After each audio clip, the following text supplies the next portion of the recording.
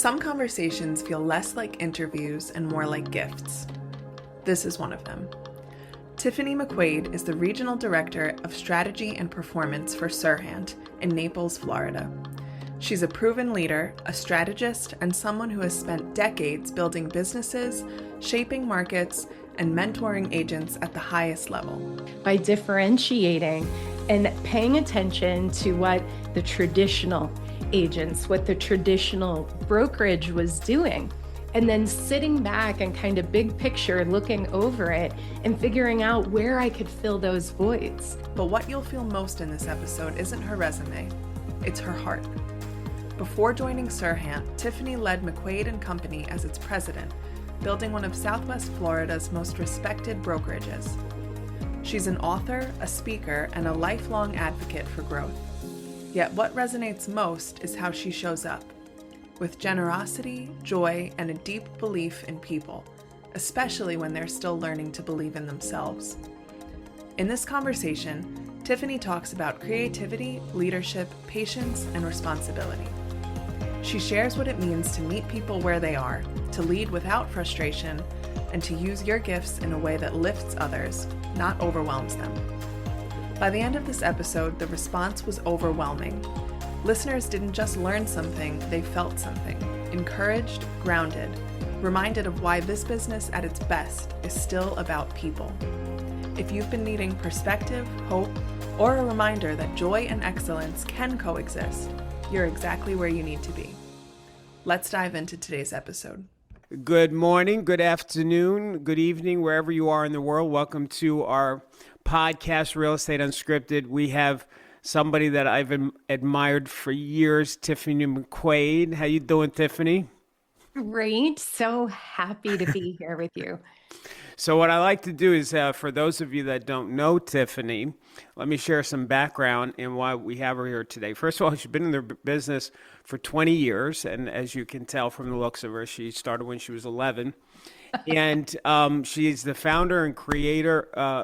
Original company was McQuaid Company, named after herself, of course. Led that company for 13 years.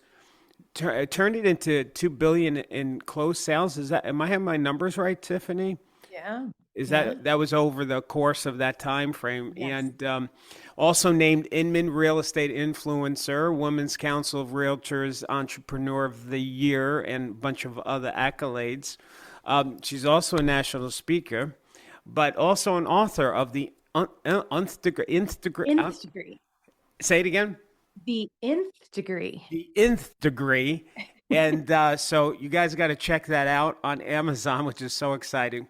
Now, she also just joined with SERHANT in 2025, Regional Director of Strategy and Performance in Florida. And you're in what town, Tiffany, again? South? In Naples. Naples, right. Okay. Yes. So anyway, that's the background on this wonderful, powerful woman here, Tiffany, and we're so glad that you're here. So let's get started. Like, how did we meet? So let's just start there for a second. Let's go back. When was that? Well, okay. So I love the fact that you said that I've been in the real estate business 20 years. It's actually, I think, going on 24 this year. So I know. Wow. I don't know how I got to be this old, but I encountered you almost 24 years ago at an NAR conference. And I'll never forget, I would go every year and I would take my little assistant, Helen, who is now retired. Okay. I would take her with me and we would go through the schedule and split it up. And I would send her to classes to take copious notes. And then I would go to main ones. And the only one that we every single year attended together was always yours. And yours was always jam-packed. You were like in the auditorium, standing room only, and there was just a special little spark about you. You were delivering such amazing content, but doing it so fun as if you were a stand-up comedian. So for all of those that are in your program and that are so blessed to have you for coaching, I got you at the start of my career, and it's been invaluable. And there's, excuse me, a few things that I continue to use all the time. Do you want to know what they are? I would love to hear it. Okay. I'm assuming you still talk about this, but my favorite one is when you would talk about like challenging people or cancers in the office, and you would say, put your Be- hands out in front of you. And when they approach, you say, bad seed, bad seed. I use that all the time. Maybe Awesome. sometimes not in effort, but in In my your mind. mind, yeah, yeah. And one that we've always aligned on, and I actually would use this in a different context, before I ever encountered you, but the shiny penny. And, I have always used that in my life and Mm. in my business and when I take a listing. And, the minute you said that one time, all those years ago, I was Yeah. like, oh, he uses it too. And, I think that to me has been a very invaluable tool in being able to convey to agents or even sellers, buyers, whatever it is, what are the shiny pennies, of your property, the standout features that made you purchase this home when you got it? What are the key things? I always tell my agents to use those when you're writing your MLS descriptions. Mm-hmm. What are the top 3 or 5 shiny pennies of that property Yep. that stand out over and above the others? And write your story around it. So Awesome. Well, those are the two that I will always, align with you on. well, thank you. And with that said, I'm going to. I remember the first time that you hired me to come in and speak, and Yeah. which is going to go to. By the way, before I even go there, let me just talk to the whole audience for a second. So on this call, we have two groups of people. We have our leaders, our broker managers, owners, and then we also have some agents on the call. I know, and some of them are our coaching students. And so what I always encourage the agents to do is to listen through that you're a leader yourself, that you're not a salesperson, even though it's not your office or you don't even have a team. You are a business within the business of your brokerage, and so you should take on a business owner's attitude as a salesperson or as a real estate professional.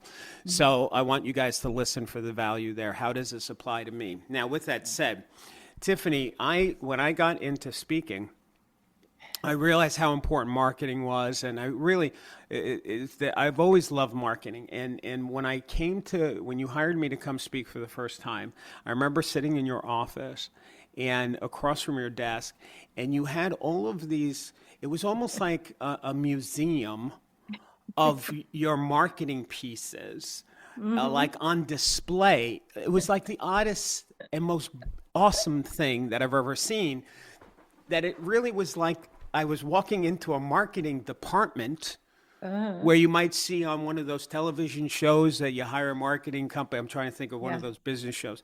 Anyway, so can we talk about that just for a second? What was it about? Because I've never seen a leader like that. Yeah. Putting so much importance on marketing. So Yeah. where was that about? Just talk about that, about how important that is and why you were like that. Sure. Well, marketing's kind of the special little gift that I've been blessed with. My head tends to run in tchotchke style forms, sometimes coming up with crazy taglines, slogans, and I'll spew them out like a ticker tape sometimes, when I'm in that marketing zone. So it's always been kind of my ultimate passion. However, I think, and especially today, so for those of you, building your businesses now, this is really something good for you to wrap your head and your hands around, is that, the way the industry is going now, and I saw it many years ago, and that's really how I was able to build my brokerage, was by differentiating and paying attention to what the traditional agents, what the traditional brokerage was doing. And then sitting back and kind of big picture looking over it and figuring out where I could fill those voids, because there's always voids in every industry. And those voids are always filled by marketing and uniqueness and standout ideas and concepts that solve problems and, add more value than what anybody else is adding. And I think, for me, the reason why I did that back then, and it's even worse now, wait till you come to our office next time. But, I think the main thing was always leading with, it doesn't all have to be about real estate. Yes, you're in the real estate business, but you're an entrepreneur first and foremost, right? And marketing is a huge part of owning and building a business because each one of us are business owners. You're right. We're, under a brokerage, but we operate, essentially our own businesses, right? So when you're doing things, I think one of the collateral damages of the industry is that people think that you have to always be in the real estate mindset. The best real estate professionals that I see are the ones that understand and recognize that you can learn so much. Not only in industry, you need that foundation, but you need to learn from other industries because there's always things that you can find and pull and adapt to your business, whether it's, for me, there's certain people that I follow and really pay attention to, Sarah Blakely building her business of Spanx. Do you know how much I've learned and implemented in my business as a result of her? All these people that are not in the real estate sphere. I've never advertised, even back in the day of a newspaper when I would run huge full page, full color ads, never would run in the real estate section. Never believed in it. I wanted to be back page of Maine. I wanted to go where the masses went, not just people looking for real estate, because, same thing now with social media. It's a needle in a haystack that people, as they're scrolling, are going to find you and see you, and what have you. And if you're doing the same thing over and over and you're just posting real estate content and you're not showing who you are and you're not marketing your skills and capabilities and what have you beyond, excuse me, just real estate, but making a connection, in a way outside of it, you're just going to get lost in the shuffle, and or you'll have a good business, but are you going to have a raving fan business? Are you going to have that business that people talk about you after the closing and, refer you unsolicited, to people that they know and care about? And that's what we're all after. And that only happens with marketing, but more importantly, it only happens with standout marketing. Everybody can run ads in the same spot. It's not going to do you any good. What are you doing different? And our office is a direct reflection of that. You walk in the door, it is not real estate as usual. And honestly, I learned everything that I have done in and around the office from Facebook headquarters. I spent a day there years ago for a meeting. Okay. And toured around their headquarters, which is, if you haven't been, it is flippin' amazing. But it's very eclectic. Everywhere you go, there's things to look at. There's album covers all over the walls, t-shirts with crazy sayings all over the walls. There's things on the floor. It's bright colors, vibrant, everywhere you go. And they did research behind that. And the research behind that was anybody can invest a lot of money, or any business, into creating and building a nice office, that looks aesthetically pleasing and what have you. But are you building an office that stimulates creativity, that brings and welcomes innovation, that when clients and customers come in, they're saying, wow, there's a lot going on here, but it's good. And with, people, employees, agents, what have you, you never know when they're going to need stimulation on any given day. So being able to create a little more of an eclectic environment and hang marketing on the walls and stuff, those are things that become memorable, just like it did to you. Yeah, absolutely. To this day. Right. Yeah. Well, that was so, I hope people picked up how friggin' awesome that was, that whole piece, because it's not that it's just marketing, it's unique marketing. Like like we basically, when you think about it, we all pretty much do the same thing. We list a house, we put it on MLS, we do open houses and da da da. But how can you be unique with those things? Or like you said, find the gap in what's in the market and create that gap or fill that gap. That's so brilliant. And all right, thank you for that. All right, how did you go ahead? Just add to that, I'm sorry, one more thing. I like to think of it as unique, Y-O-U, unique. But unique, Y-O-U. Unique. Okay, got it. Yeah, zeroing in on going back to our little mutually joint analogy on shiny pennies. What are the top 3 or 5 shiny pennies about you that make you stand out over and above the others? What do you enjoy doing? What's your passion?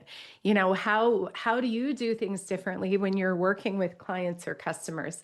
And making those your key marketing points and just hyper focus on those and pummel those. Brilliant. And I think just to highlight that for everybody, it's similar to like finding your voice, right? What makes you unique? What makes you stand out for you? And I know for me, like as a speaker, it took me years to find my voice. I feel like I've rekindled or found a new voice once I hit 60. I always joke I'm on the back end of my life now, so I'm at this point that I don't care if people like me anymore. Because when I'm on my deathbed, those people don't like me. I'm not going to remember them or care about them. So, and what made me think of that too is like with the NAR convention, I'm probably never going to speak there again because I am one of the most outspoken people about NAR now.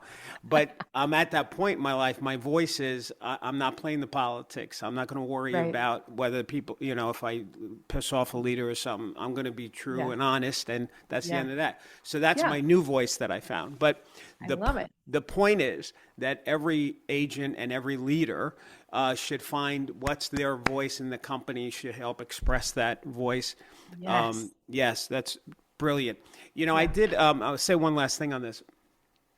That for a little while, I had written that my third book, How to Design a Life Worth Smiling About, and because it's based in science and smiling, and so I started doing some keynotes for like the Orthodontists Association. They brought me in to keynote their annual convention and some other ones.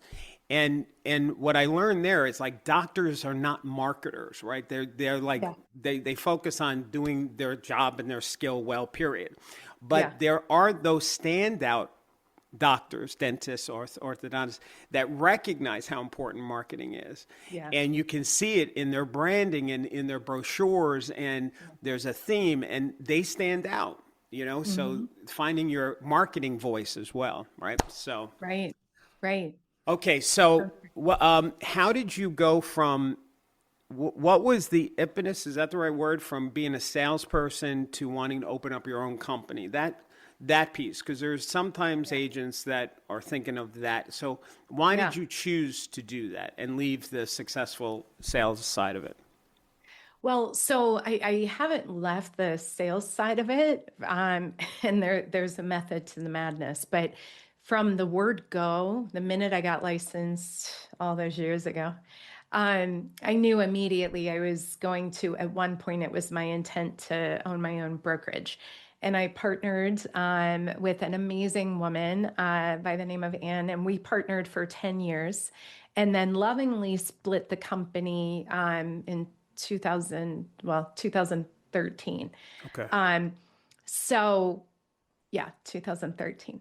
So, in doing that, and we were just at different phases of life. That's why, we did that at that time. Okay. But, it was always on my radar because I had my own business up north doing marketing, promotion, and special event management.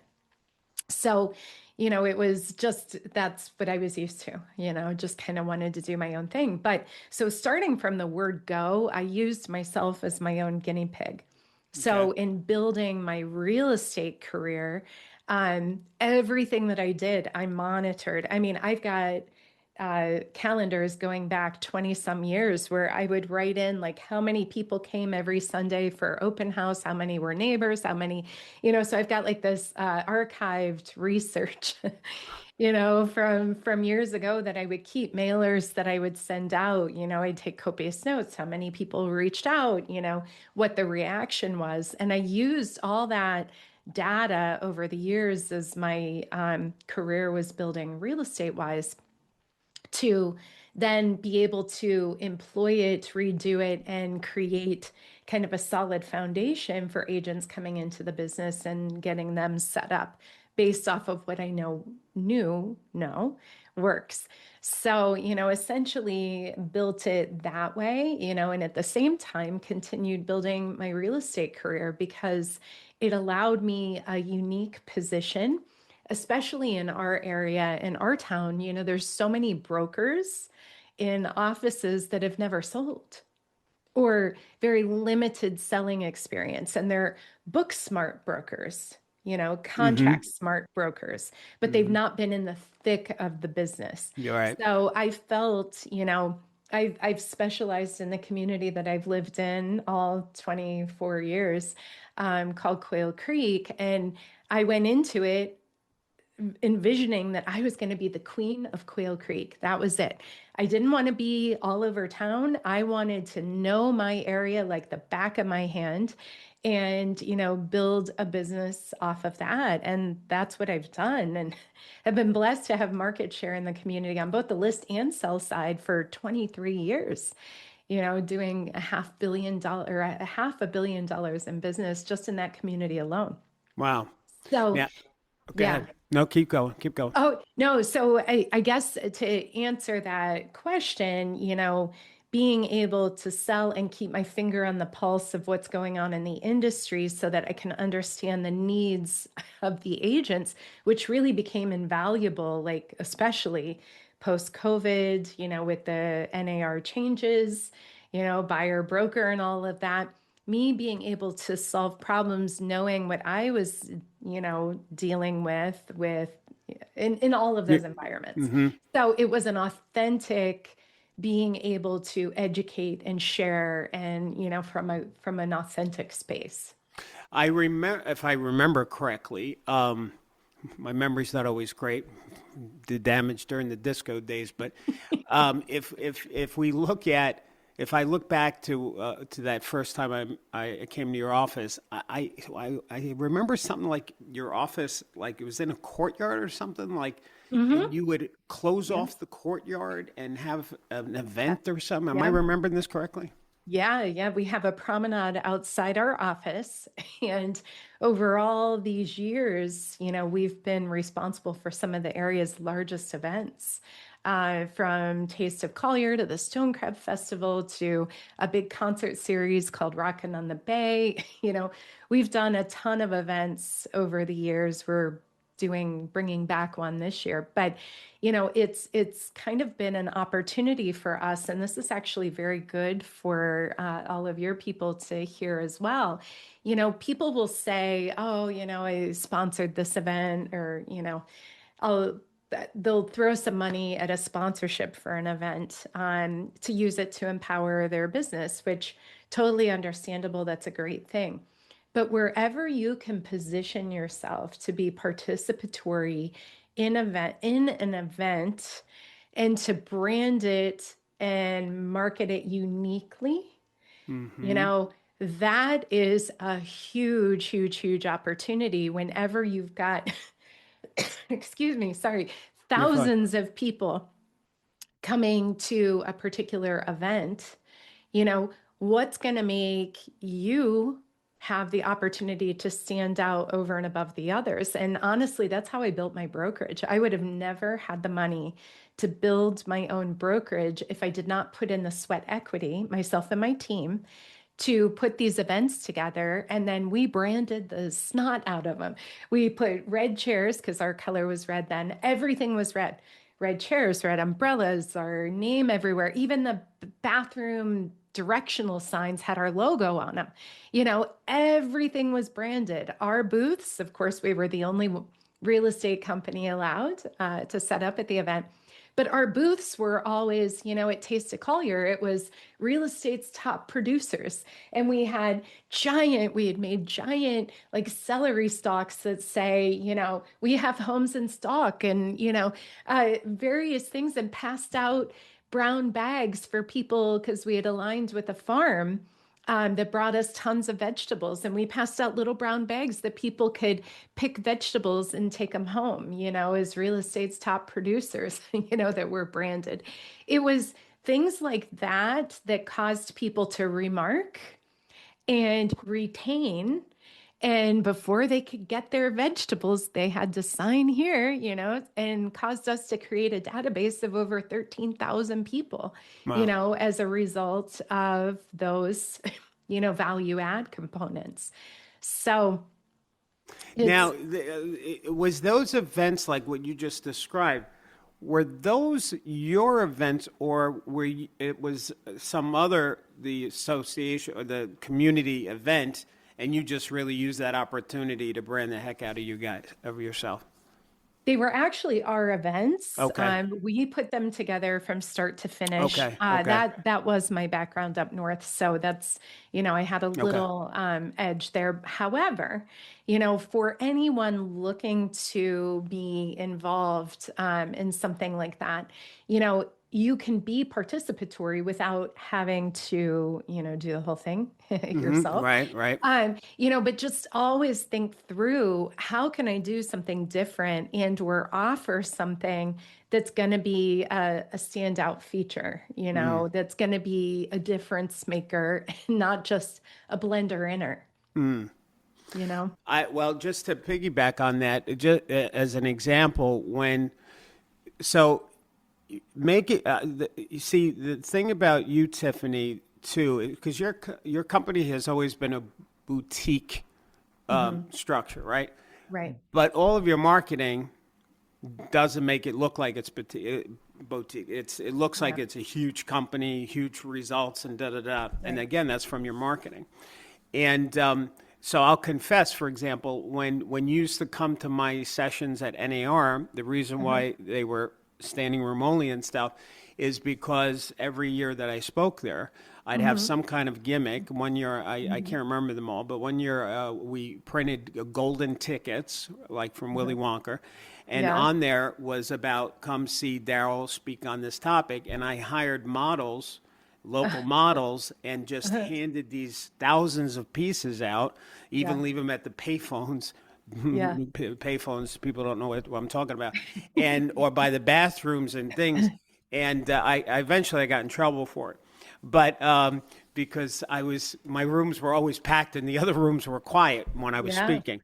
Yeah. So there's an example of the marketing and how powerful that can be. Okay. Yeah. What would you say as a leader? What are some of the things that you feel you're strong at that makes you a good leader for your people?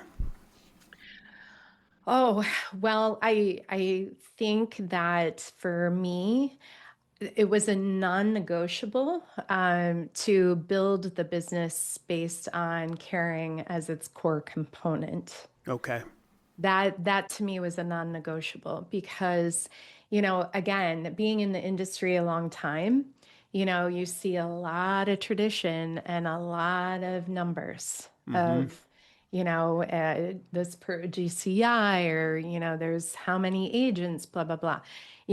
I knew that my something different was going to be actually truly caring and building a family, of sorts that wasn't necessarily intercompetitive, but hugely supportive of one another and having each other's backs and really cheering each other on and working so hard and being in it together.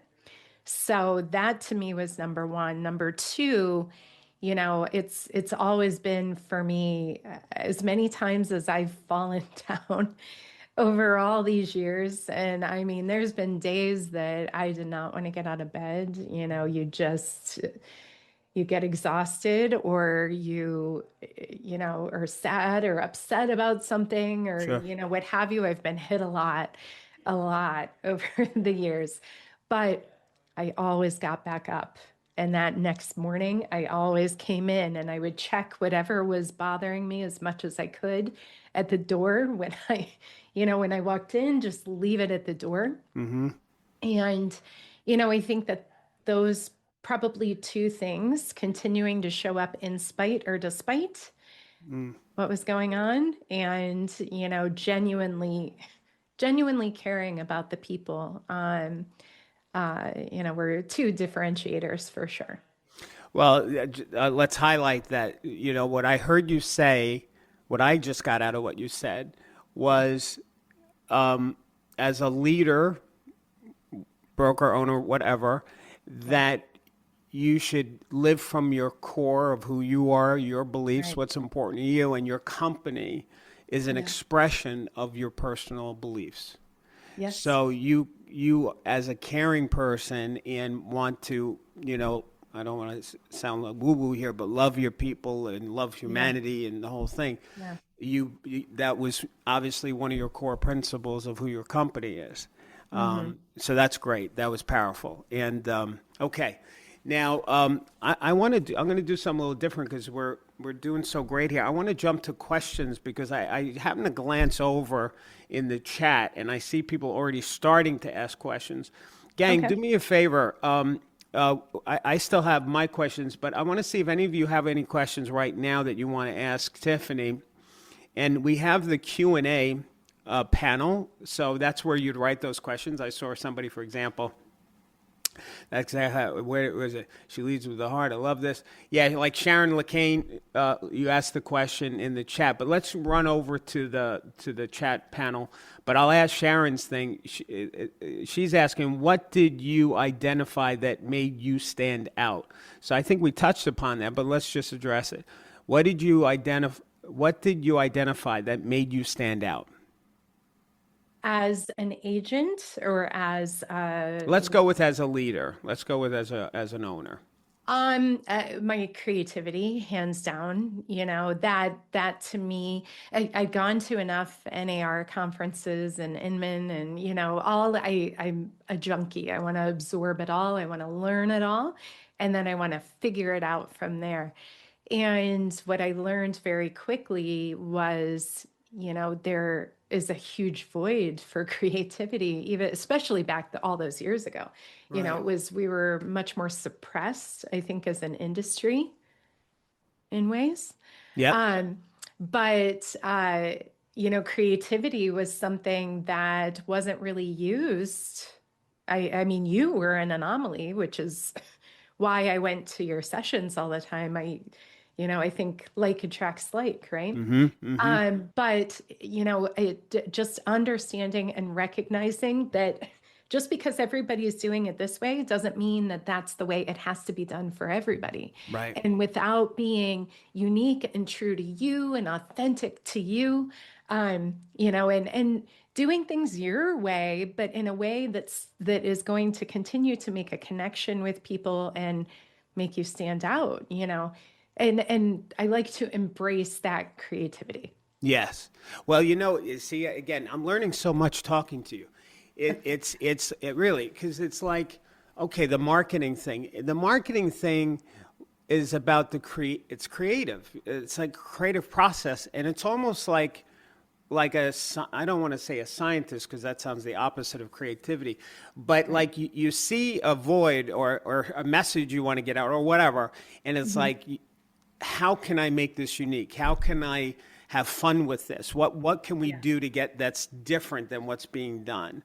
And that is the part that I love about marketing. It's more about the creative aspect of creating something that nobody has thought of yet, right? So, I love that. Okay, now Jason is asking a question. Why did you go from your own independent company to SERHANT? What was the decision there? Well, so Ryan and I had been working together for the last 5 years, kind of quietly, handling, I've was handling some business referrals and things of that sort. And we kept ending up in the same categories at the Inman Innovator Awards. Um, so it kind of became this friendly little, competitive, but also working together. And, we both of our brains function very, very innovatively. And similarly, in terms of desires, his reach way more global than mine, and it just kind of became, there aren't many. I mean, think about it. I'm sure there aren't many brokerages out there that were built on a person, Right. right? So mine was because Barbara Corcoran pushed me to do that. And she's kind of been, as I call her, my fairy godmother for the last 20 plus years. So she pushed me to do that outside of my comfort zone at the time. So, but she was right, because I built the brokerage off of the foundation that I had laid and built. And I got it to, excuse me, about the 7th year where I could then step back from having to be the face of it. Like, it had gotten solid enough that I didn't have to be doing everything, And in sitting back and recognizing and kind of seeing what Ryan's building and the amazing company that he's building, which, again, in my own mind's eye, that's essentially what I was building, different scale, and I thought, okay, if I can help in this dynamic, understanding what it's like to build a brand off of a person, it's a little different. It's a unique animal to do that. So it just became, let's just do this together.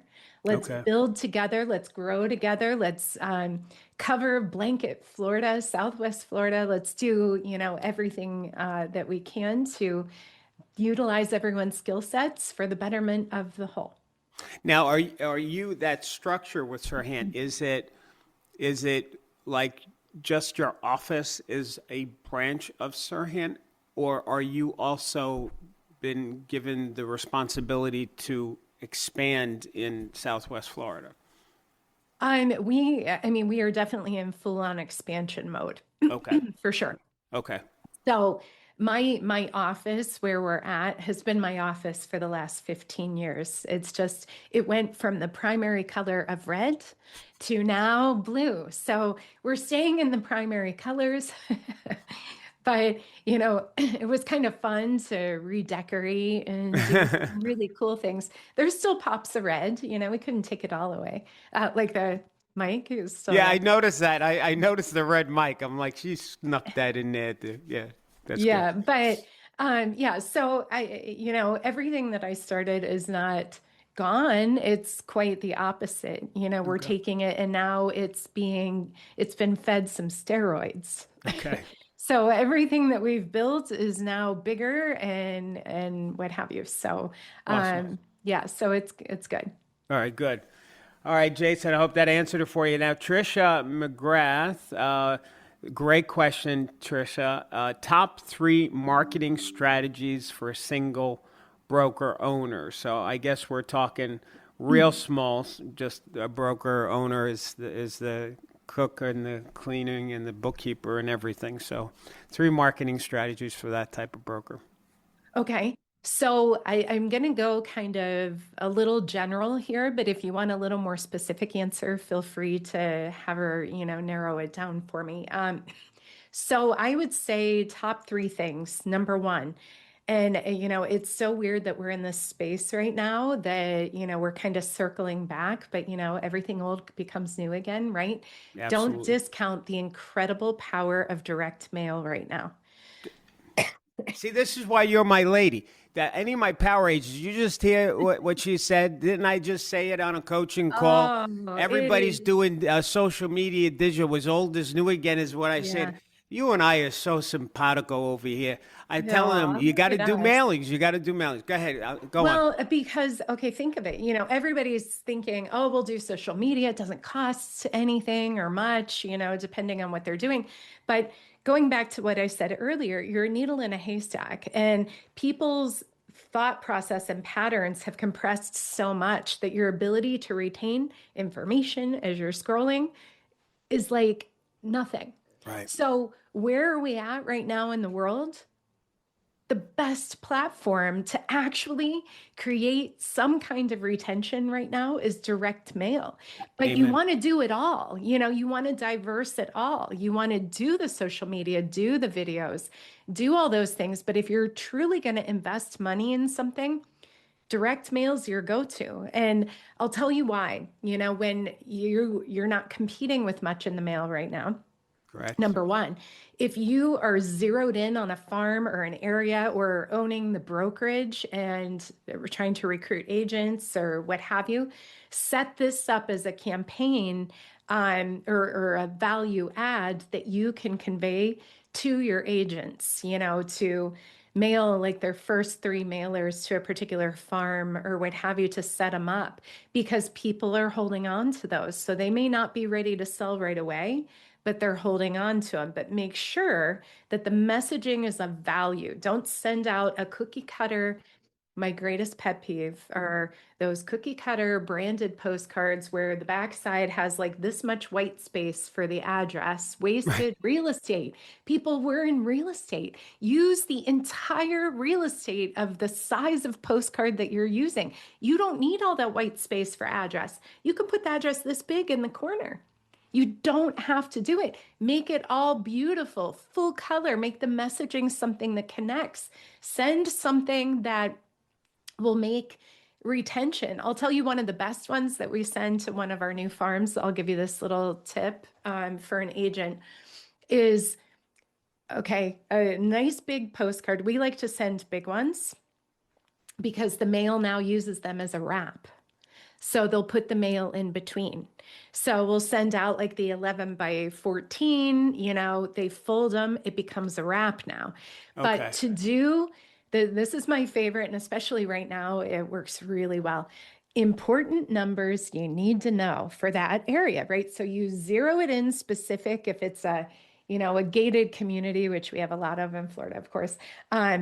Gatehouse numbers, country club numbers, 3 favorite restaurants close. I know this sounds old school, but your first 2 phone numbers that you want to put at the top, and I'm happy to send it to you, Darryl, and you can circulate it to everyone, are the White House and the Pentagon. And you put those phone numbers there. I'll give them to you. And the first thing that everybody does is they call them. Is this really the phone number for the White House? And it is. You call the White House and you call the Pentagon. Well, what happens then?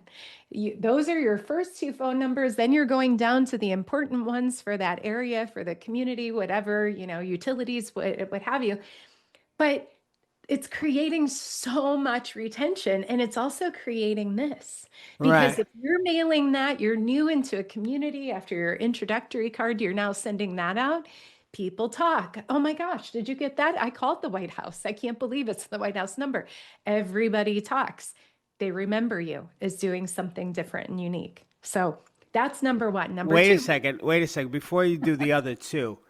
I'm just so friggin' blown away by what you just said.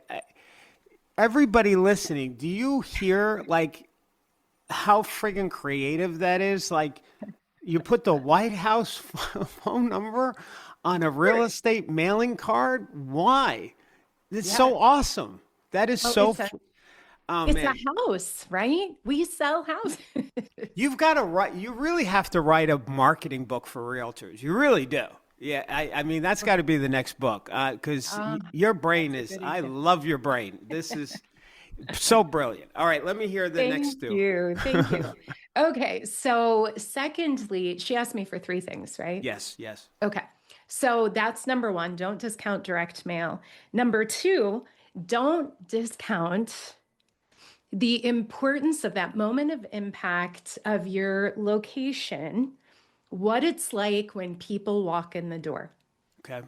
That to me is the greatest loss for any business, because think about it. You're walking in the door of a business, especially, and I did a ton of research for this. So know that they've got the Of course you did. back it.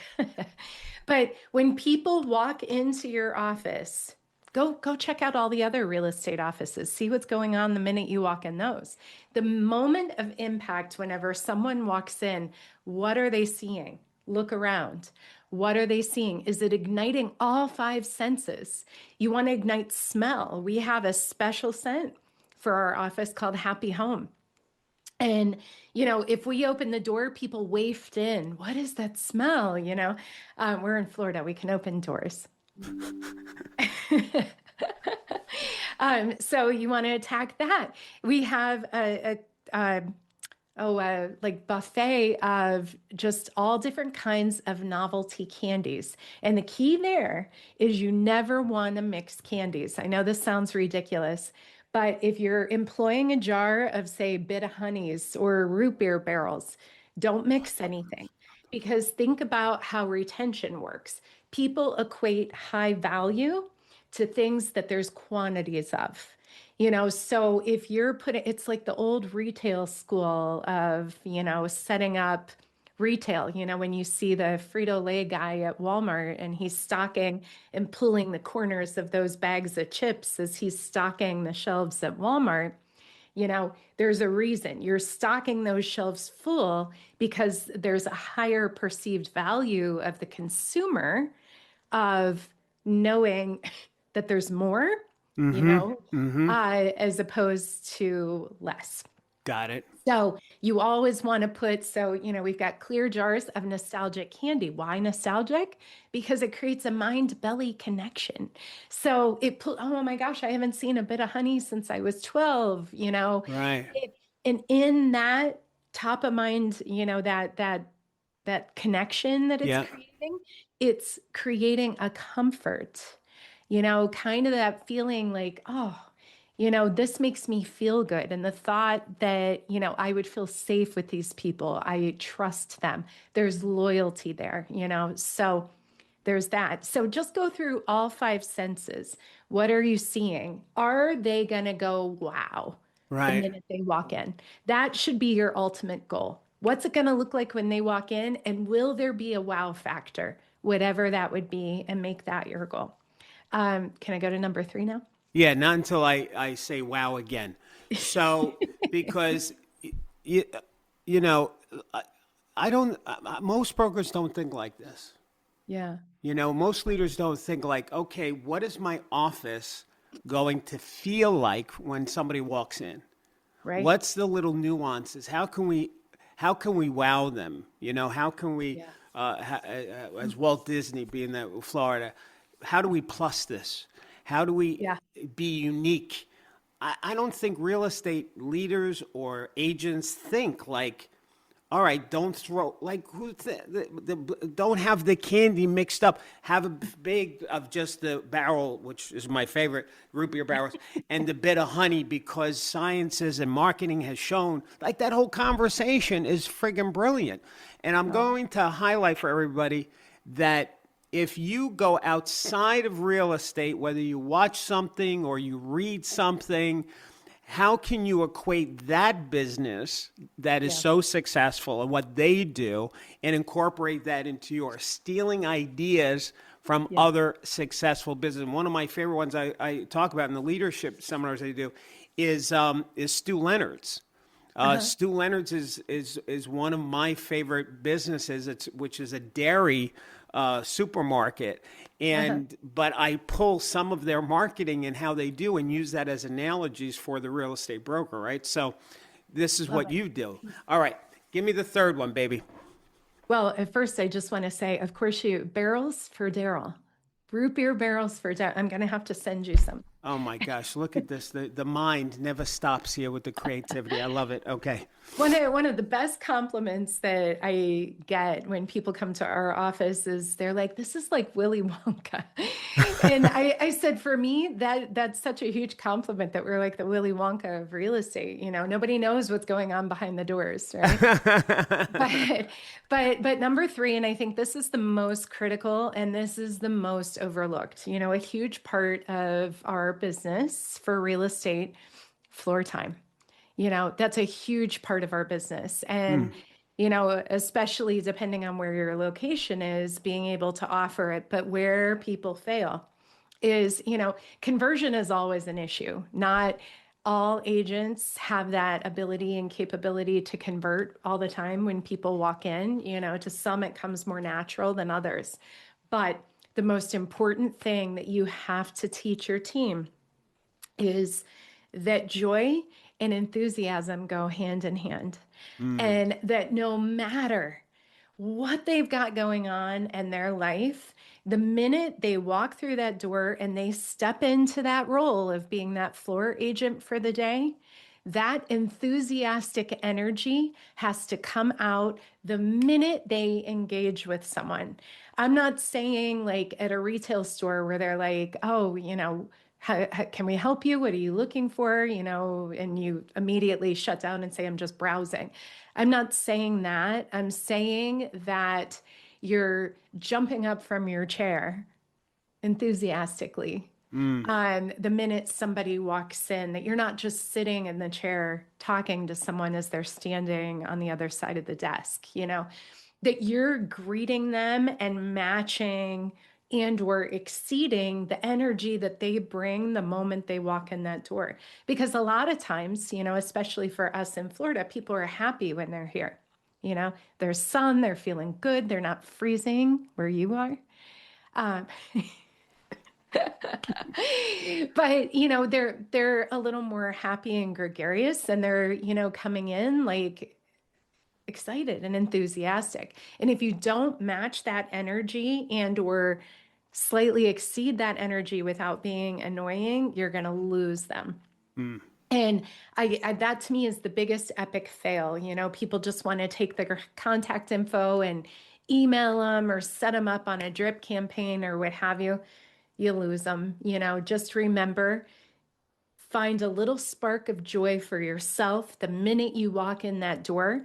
No matter how bad your day is, there's always something good. Focus in on that and use that as a catapult for enthusiasm. Keep those two married the entire time you're sitting on floor and watch the difference it makes when people walk in. I've got to share this story. I had to go into the bank for a notary to have something notarized. And so I'm sitting there waiting, and the woman there at the bank, she's dealing with this customer, and so then I'm like the third one to come up, and she looks at me and said, "How can I help you?" And then I pulled out, I said, I have something to notarize, and I am not exaggerating, Tiffany. This is exactly how she reacted. Oh gosh, these won't stop. Like this woman was annoyed that there's another person coming for a notary as opposed to maybe spending money, open up an account or something like that. And it blew my mind because I'm like, she made me feel like I was an interruption. Yeah. Yeah. But that's your friggin' job. I'm the customer. Yeah. And this is one of the things that you offer your customers. Yeah. Yeah. So really bad vibe, bad everything, right? So that's to highlight what you were saying, how important it is that you put your head in the game correctly when you're going to do that floor duty. And that'd be true about anything, right? Anytime that you're going into the office, you're putting on your real estate hat, you're in the people business. Well, and one last thing that I will say to that, this to me is another thing that I don't feel that people really think about in our industry is open houses are, people will say, oh, it's just nosy neighbors or what have you. Well, number one, no one sells a home or a community better than the neighbors that live there and love it, right? So embrace that. That's one thing. Even offer a 1 to 2 neighbors and friends, 2 to 4 general public, what have you. I digress. But the whole point of what I was getting to was with open houses and, really thinking through the process in terms of when you're there, take a real estate related or an entrepreneurial or something book or reading material. So when you're slow, that's where your mind's at. So that when someone comes in the door, your mind's not on this People magazine or this, novel that you're reading, but that your mind's still in the game. Because much like, an athlete trains to go and play football or whatever they're doing. You have to do the same thing with real estate. Use those times and opportunities to train your mind to be sharper. You Mm-hmm. may pick up something in there that you can use when someone walks in, Mm-hmm. but always be training and educating yourself. That's the only way you're going to get great. And now with the way, the buyer's broker agreement and stuff is, you want to work with everybody, but they're only going to want to work with the ones, not the friends, cousins, neighbor who needs to make a little bit of money. They want to work with the specialist, the person that knows their stuff, that's going to give them value add. So Mm-hmm. you got to have it on both sides of the business now.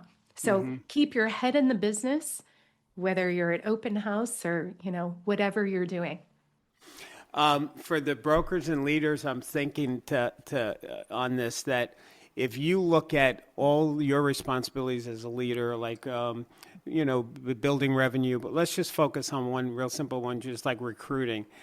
What are the other brokers in your market doing to recruit people, and what can you do that they're not doing that's unique? So I'm going all full circle to the beginning of this interview, where finding the holes in recruiting, how the brokers are missing opportunities, how you can be unique in that respect. So I just wanted to interject that. Got another question here from Nicole. Nicole, what is your favorite aspect of the real estate transaction? And when working with a team, how do you decide who does what for scaling purposes? Mm-hmm. That's my favorite part is negotiation. Outside of marketing a property, I love to negotiate. And actually, there's another one, outside of everything that you learned from Darryl, which is the best, Chris Voss. If you're going to invest in anything, and my favorite thing to invest in for myself is Masterclass, the Masterclass app. I was just gonna say, I was gonna ask you about that because when you brought up the Yeah, Spanx woman, yeah, I saw that master class on her. Is yeah, that where you saw that? yeah. I've watched it probably 8 times. I go You're back. like a woman version of me, for gosh sakes. I love it. So I can't believe that you watched the same Spanx thing that I did. Okay, cool. Yeah, but Chris Voss has an amazing masterclass. But you want to talk about exactly what we said earlier about learning from different industries. Yep. Invest that $300 or whatever it is a year in yourself to do the masterclass app and do as many as you can. If you're on a treadmill, if you're walking, listening, do as many as you can. But Chris Voss, spectacular. I actually had the pleasure of meeting him several years ago in Beverly Hills. And I remember somebody saying to me, "Oh, he's an FBI negotiator." And I'm like, Right. what's that have to do with real estate? I wasn't like even thinking. And I remember talking to him and walking away like, holy crap. This guy means business.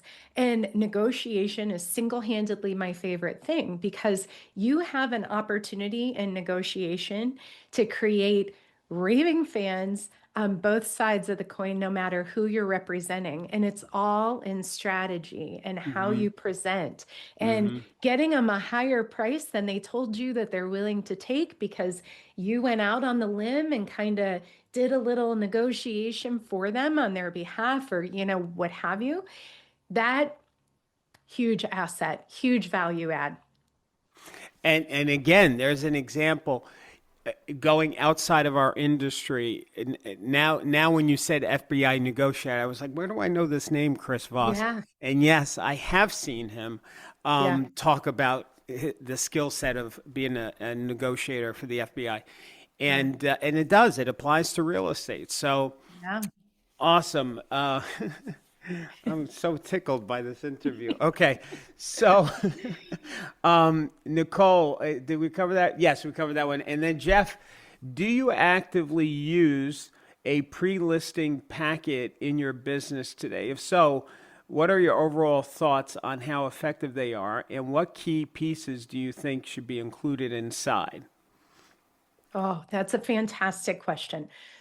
So I think anytime that you can leave someone with a support takeaway of some sort, I think it's, excuse me, I think it's huge. Now, what I used to do back in the day, I don't do it this way as much anymore, but for those of you that are diversifying your businesses, there's more than one way to skin a cat. And if you're up against other agents, which pretty much everyone is, on the listing side these days, right? Do things a little unique. And I'll give you two quick tips. Yes, put together, a listing packet. I'm sure your brokerage probably has one, and then you can customize it yourself. Don't be afraid to invest some money in that. Please don't just, use one of those services, cookie cutter services to create something. Invest in you, because that's one of your first, things that you're providing them. Right. And, you're kind of negotiating for that listing, catapulting off of you, presenting you and the collateral that you leave. But one of the things that I used to do, don't tell FedEx or UPS, but I used to go get envelopes and I would fill out the little labels. Now, keep in mind, I was selling in the community where I lived, So when they would call me and I was going in for a listing appointment the day before or 2 days before, I would put all my collateral into one of those, and then I'd go drop it on their front doorstep and leave it. So it looked like it got overnighted, but it was just me leaving it so that they had it before I got there, because nobody else was FedExing, Right. or what have you. So it was just like a little fun, higher perceived value. But the other thing that I do, and this is hands down, one of the best things, align yourself with a business in the area, florist, whatever. Could be like Nothing Bundt Cakes or whoever. Align yourself with someone that you build a relationship with, that every time I go to a listing appointment, I reach out to my florist. Sometimes I alternate. We do custom bundt cakes too. My clients love, people love those, but you can brand them. So that's why I zero in on that. But I align it so that whatever my listing appointment is, so let's say it's 12 o'clock on a Tuesday, I work it out so that the florist is dropping off flowers at 3 o'clock on Tuesday. So that right after my listing appointment's done, shortly thereafter, they're getting flowers from me or a bundt cake from me saying, thank you for sharing your beautiful home with me. Working with you will be a real treat. And it's almost like you're a little bit of guilt, like if we don't choose her, then we're going to feel guilty eating this cake or looking at these flowers every day for a week. Or it goes the other way. We love her, we're going to list with her, and we think even more fondly because we're eating cake every day for a week and because we get to smile every time we look at these flowers. That's freaking brilliant.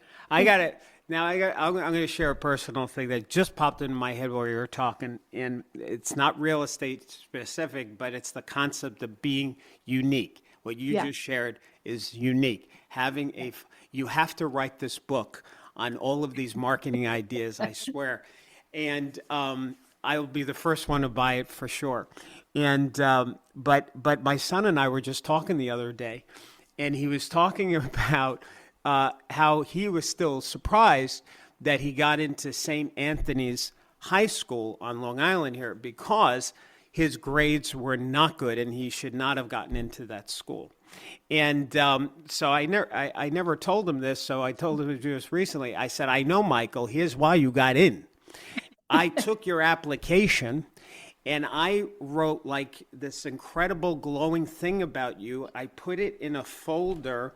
I put in photos of you growing up, talking about your potential and who you were as a human being and what I can already see the commitment of who you're going to turn into. I mean, I sold the hell. Now, I'm sure that school never got an application with a bound folder and customized logo, the whole just crazy out of the box thinking.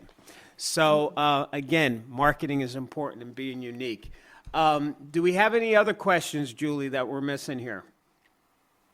I don't see any. So I know you've got some rapid fire ones you usually like to. I do. And I I would do. love to hear some of those from you, Tiffany. What amazing ideas! Truly, Yes, we're this all is. taking rapid notes. Yeah, I know my team is probably like, this is good for us. This Oh, is they're great. all raving in our chat. They're like, "Oh my gosh, we could listen to her all day. She's brilliant." Oh, Yeah, thank you. we have a Thank company you. chat too that the company is watching, so it's off cam like this. So obviously they're loving you. All right, You got a fan group in the Smile Squad, Tiffany. that's right. Yay, thank you. Okay, one early habit that made the biggest difference in your career. One early habit. Oh, well, um, I've always had a very visionary mind.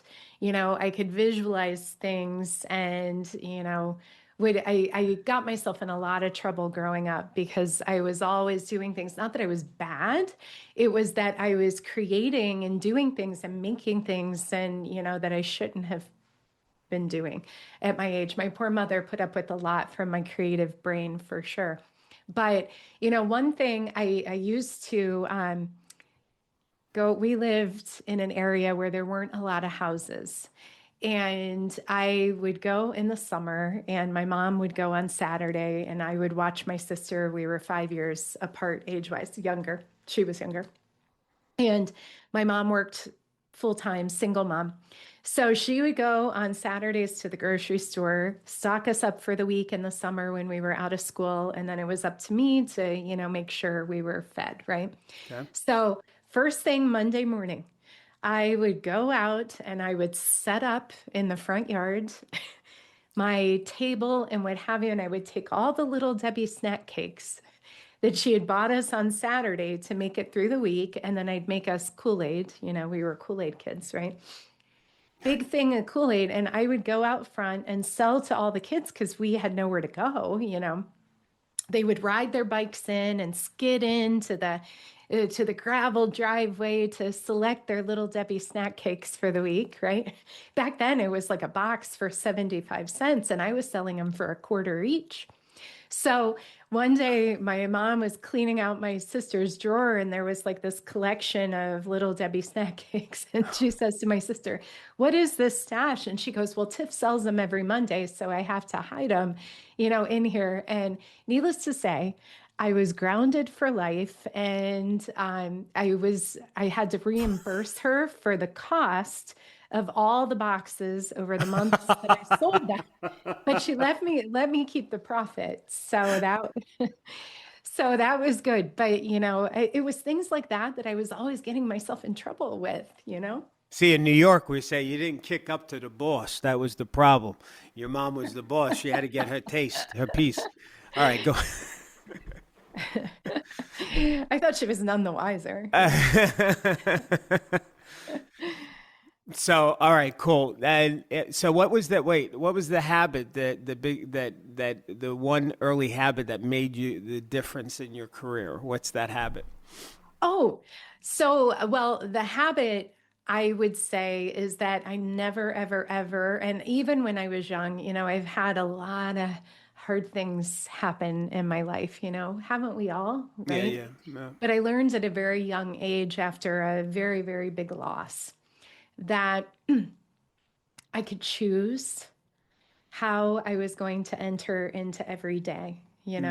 Was I going to choose to be positive, or was I going to choose to be negative and let it be my story or a victim, or what have you? And it's hard to believe, but at 10 years old, I recognized the incredible power of that. So the one main habit that I have is that I work very hard on my mental capacity, and setting my mind in the morning, taking quiet time, when I have my coffee, even going way back when to focus in on trying to be a light, in the day, to enter the day with lightness. We all have heavy things weighing on us. And don't get me wrong, there's days that it comes at me hard and I struggle to kind of pull myself out a little bit, but I only give myself that day. So that day to, wallow in my whatever. And the next morning is a fresh morning. And that's in the past. I'm going to focus on the present, on today, what I can do for today. And I just, as my mother always said, I just fiddle-dee-dee away the rest of the things. Now, I have to ask you Yeah. that thing in the past that was a challenge that you had to Yeah. deal with. What was that? So when I was 10, my mom, and this was circa 1980, so totally dating myself, it was a different world then, right? You don't have therapists and counselors and all of those things. But my mom and dad had divorced. It was November 1980, and it had finalized like right at the end of November. And on Christmas Day that year, my dad opted to take his life. Sorry. Sorry. So I don't even know why I'm getting emotional. It's been so long ago, but it just, I didn't expect to answer this. And with that said, I knew what happened. My mother told us that he was sick. I mean, it was horrific. Police showing up at your house on Christmas Day, and we were trying to call him that morning to tell him what Santa brought, and no answer. And, so Christmas is not really fun, but, it's gotten better, over the years. But with that said, I overheard my mom the next day talking to a friend on the phone about what happened. And she never told my sister and I, what had happened. And I was afraid to let her know that I knew, out of fear that I would get in trouble. So I kind of harbored it all those years, and just kind of taught myself how to overcome. So, yeah. So, darn it, Darryl, you're like Barbara Walters. Well, thanks for being so generous and sharing that story, because I know that made a huge transformational impact for people watching. So that was very unselfish and wonderful. So, and I'm sorry that you went through that. So, Well, thank you. Thank you. Ultimately, in every negative, there's a positive. And I believe that there was a bigger purpose, that perhaps God had a bigger plan, from multiple perspectives. And I recognize that now. And, it's just an evolving thing. You don't think it bothers you much anymore. And then something as simple as that quick question can trigger, just a hint of emotion about it. So now let me ask you, how has that experience shaped the person you are today? Because obviously, going through something that traumatic could bring a person one of two ways, right? It can, sure. it could destroy them, or they can build upon it. Right. You clearly have built upon it. And in what way? How has that shown up in your life today? On the daily, it shows up in my life without a doubt. I think that it's made me love harder, which I won't ever stop doing, despite the fact that I've been hurt, a lot by, even whether it's people in the company that I loved very hard, that, whatever, it doesn't matter. But it's that to me is just that unconditional, truly, genuinely caring hard about people. That for sure, because you never know when someone needs that, when somebody needs a hug or a high five, or, you got this, or to know that someone's on the other end of the phone because they may be in a similar state where, my father was at that time. You never know.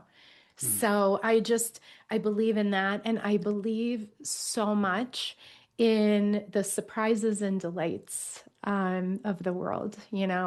I find so much joy in the little things. If I see a little white feather on the sidewalk, I'm like internally giddy with excitement. And most people don't even pay attention, they don't even notice if a cardinal lands on your windshield or, I've got this crazy thing, and everyone here will tell you, I actually write about it in my book, but where this sounds crazy, but it's happened at least 18 times where white plastic bags hit the hood of my car all the time when I'm driving. I mean, who does this happen to? And I've had people in the car when they come, it's like they'll be 3 lanes over floating, and I come through and it lands right on my car. It happens all the time, so, and I find so much joy in that. I see it as a sign that I'm on the right path, or that, whatever. But Yeah. I think that the surprises and delights that people overlook because we're so busy, those are the things that keep you grounded. Those are the things that keep you excited. And those are the things that bring you the most joy in life, the little things, but also being able to delight someone's day and just do something unexpected or different, or a little surprise, to someone or to a client, or, just something unexpected. It may be just you're the floor agent and you're just greeting people so positively. Believe it or not, that's a surprise. Right. It's a delight. True that. It takes so little to make an impact and make a difference and to become memorable. It's easy. Awesome. You just have to think to do it, All right. Now, another rapid fire question. Yes. Other than your book, what's your favorite book that you've read? Well, that one's easy. It's Barbara Corcoran's book, Use What You've Got and Other Business Lessons I Learned from My Mom. If it was not for that book that popped up as an Amazon read back in the day when Amazon was just a bookstore, Right. and my mother had just passed away a few months before this book popped up, I had no idea who Barbara Corcoran was. None. No clue. Really? But I saw the title. The mom resonated with me. I read the intro and saw that she had built a big real estate business. I had no clue. And so I ordered the book. I read it cover to cover in a day. Her brain functioned very, very similarly to mine. And I did something I've never done before. I reached out to her. I emailed her. And this was before Shark Tank. She had just sold the company, and she responded right back. And we got to talking about marketing. And she's like, well, send me the things that you're doing. So that simple little act started a 20+ year relationship. And little did I know that Bruce Littlefield, who she worked with on her book, would 20 some years later be the one who worked with me on my book. No way. Yes. How awesome. So I know, isn't it crazy? Yeah. So he also did Frederick Eklund's book, but you just never know when people are going to impact you, or when on the flip side, you can make a difference. And just sometimes little outreaches that you think, oh, I shouldn't do that, do it. You don't know. You don't know. Awesome. Julie, do me a favor, or Sarah, can you get Tiffany's book link on Amazon, and let's put it in the chat, please? Yep. All right. What's your favorite movie?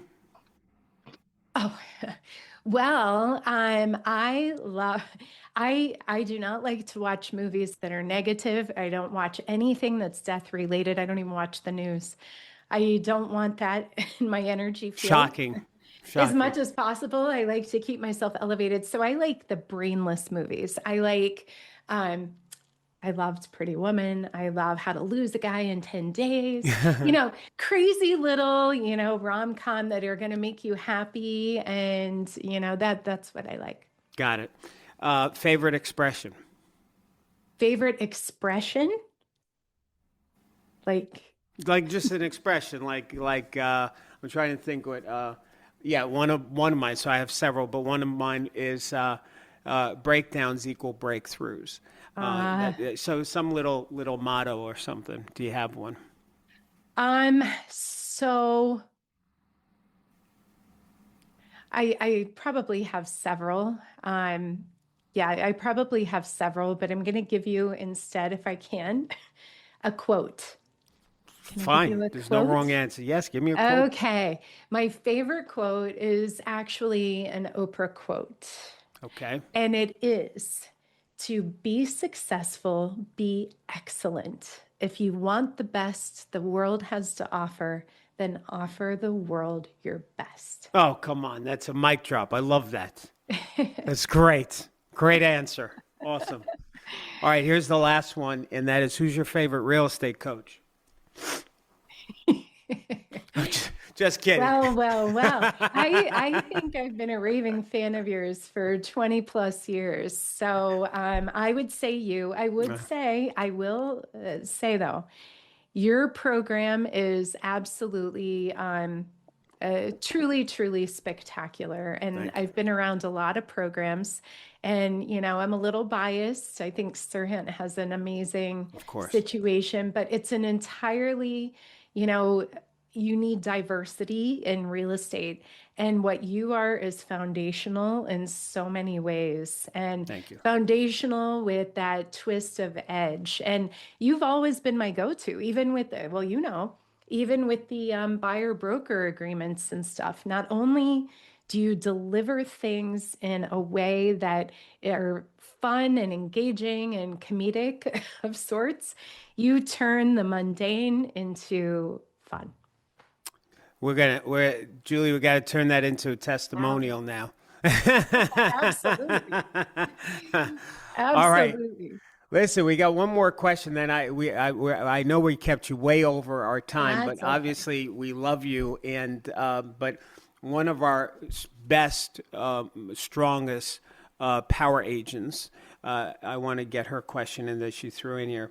Her name's Kathy Casserin. And when did you have the aha that you're wired differently and sometimes have to repeat yourself a few times so they can catch up?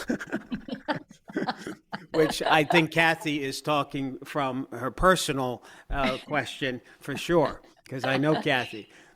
Kathy, that is a fantastic question. I think that happens a lot because I'm 10 steps ahead, and that can be very annoying to my team. Fortunately, my core team has been with me for many, many years, some as long as 15. Wow. Actually some a little longer than that. But, with that said, I think you get used to how you work, and I'm always 10 steps ahead. And then I'm kind of sometimes, come on, we got to get this done and play catch up. But the main thing is to not get frustrated when they're not moving as quickly as you. Mm-hmm. And that was a hard lesson for me to learn, because sometimes, it was like, oh, for goodness sakes, but when your mind goes fast and you're in creation modes, and I can understand, just understand that not everyone has the same blessings and gifts as you. And so just do your best to convey as much as you can, but without frustration, if possible. Awesome. Well, Tiffany, this was, I don't know, I'm sure that everybody watching is walking away with as much as I walked away with, because this was awesome for me.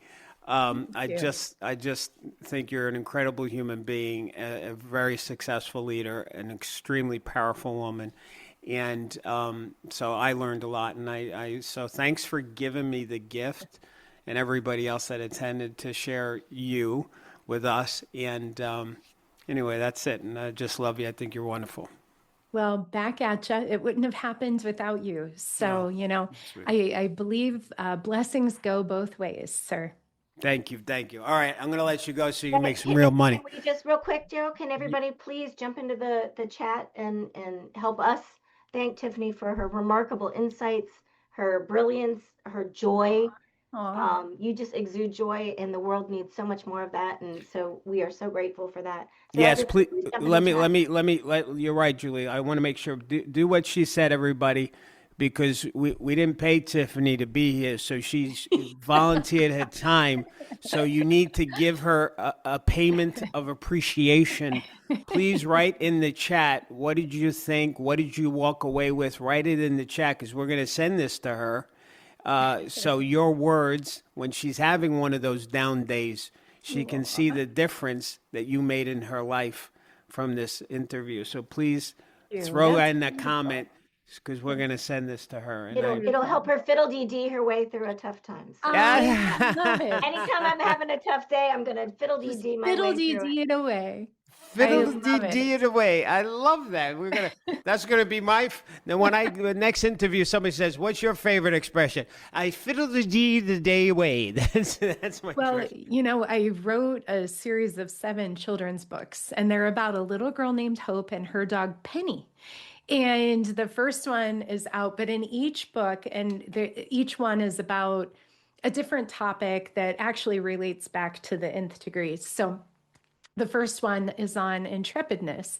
And in the book, Hope loses her dad, and it's about her and Penny going on these excursions to find little white feathers that she chooses to be a sign from her dad. And in each book, I use the fiddle-dee-dee, but I've modified it. So in the first book, it's fiddle-dee-dee, fiddle-dee-doo. When I touch my heart, I think of you. Oh. Okay. Now half my team is crying right now, Tiffany. Thank you for that. No, we all are. It's okay. Where do we find these children? But I didn't know you wrote children's book. My God, I can't. I'm ready to end the call now, and all of a sudden you drop this bomb on me. What? Are they on Amazon or what? Yeah, they're everywhere. Good. Yeah. All right. So if I look up your name on Amazon, I'll find all the stuff that you've written. Yeah. Okay. And I have little stuffed penny dogs. I'm going to send you one so you have it. But in book 2, which isn't out yet, the fiddle-dee-dee is fiddle-dee-doo, fiddle-dee-dee. When I touch my heart, I believe in me. Oh. This is so wonderful. This is awesome, Tiffany. You are just a powerhouse, man. Awesome. Oh, thank you. All right. Thank you. Okay. Well, I'm going to let you go. Thank you so much for this. This was incredible. And I know we'll be talking again soon for sure. And, sounds great. Power agents and leaders that were on today's call, I hope you found it as joyful and as powerful as I thought. This was a transformational interview. So once again, Tiffany, thank you so much. And keep making the difference that you make. Thank you. Back at you, sir. All right, hon. I'll talk to you soon. Bye-bye. Bye.